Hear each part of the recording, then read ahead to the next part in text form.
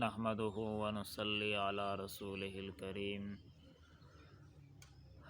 اما بعد فاعوذ بالله السميع العليم من الشيطان الرجيم بسم الله الرحمن الرحيم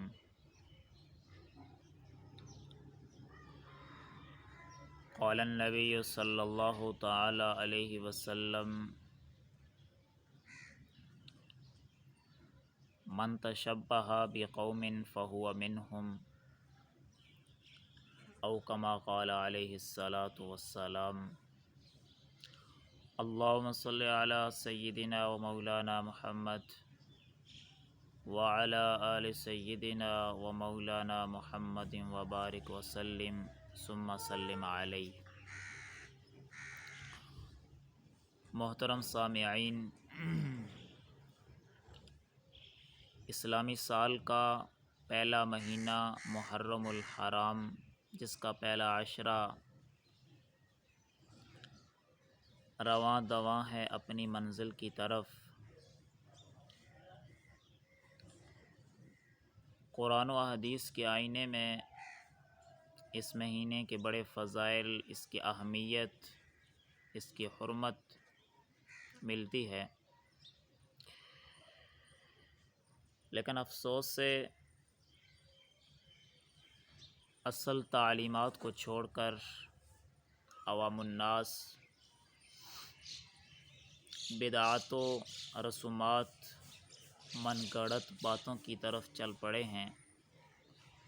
جن کا دور دور تک دین اسلام سے، شریعت سے، قرآن و حدیث سے، صحابہ کی سیرت سے کوئی تعلق ہی نہیں۔ اس لیے میں نے ضروری سمجھا کہ ایک چیز کی طرف آپ حضرات کو متوجہ کروں، جو کہ بڑی اہم ہے، اور بہت ساری ایسی چیزیں ہیں لیکن انشاءاللہ وقتاً فوقتاً آپ کے سامنے آتی رہیں گی، آپ علماء سے بھی سنتے رہتے ہیں۔ ان چیزوں میں سے وہ یہ ہے کہ جب بھی محرم الحرام کا مہینہ آتا ہے تو ایک طبقہ کالے لباس کو ترجیح دیتا ہے۔ وہ دیکھا دیکھی یہ چیز اہل سنت میں بھی آ چکی ہے، پتہ ہی نہیں چلتا کہ یہ سنی ہے یا رافضی ہے۔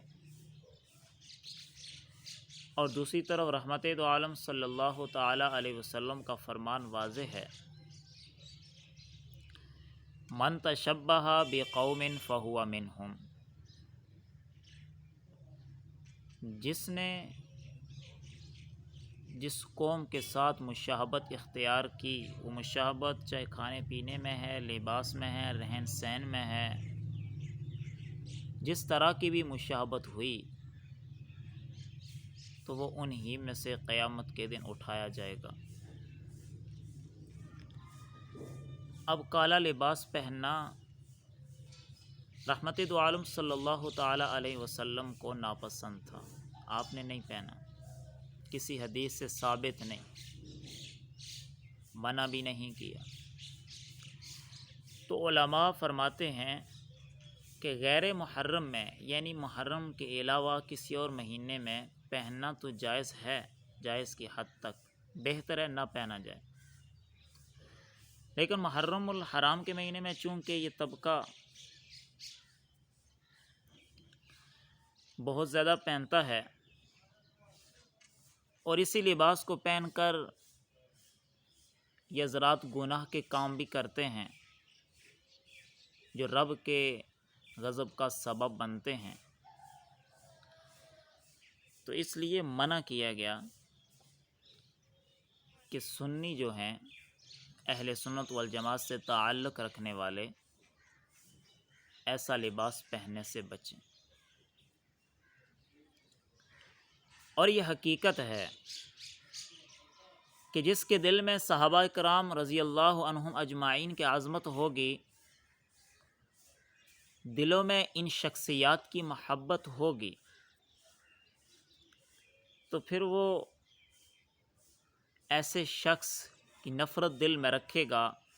جو صحابہ کے بارے میں دل کے اندر بغض، نفرت، عداوت رکھتا ہے۔ اس لیے کہ صحابہ کا جو غلام ہے ہمارا وہ امام ہے، صحابہ کا جو غلام ہے ہمارا وہ امام ہے۔ تو صحابہ اکرام رضی اللہ عنہم اجمعین سے محبت یہ عین ایمان ہے، ایمان کا حصہ ہے۔ تو اس لیے ایسی تمام چیزیں جو ایسے لوگوں سے جو صحابہ سے بغض رکھتے ہیں، عداوت رکھتے ہیں، نفرت کرتے ہیں، ان پر تبرہ بازی کرتے ہیں، اس سے مشابہت نہ کی جائے، ورنہ اللہ کے نبی صلی اللہ تعالیٰ علیہ وسلم کا فرمان آپ سن چکے ہیں، من تشبہ بقوم فہو منہم۔ اللہ تعالی ہمیں اہل سنت والجماعت کے ساتھ محبت رکھنے کی اور صحابہ کرام رضی اللہ عنہم اجمعین سے سچی محبت اور ان حضرات کی سچی اتباع اللہ ہم سب کو نصیب فرمائے۔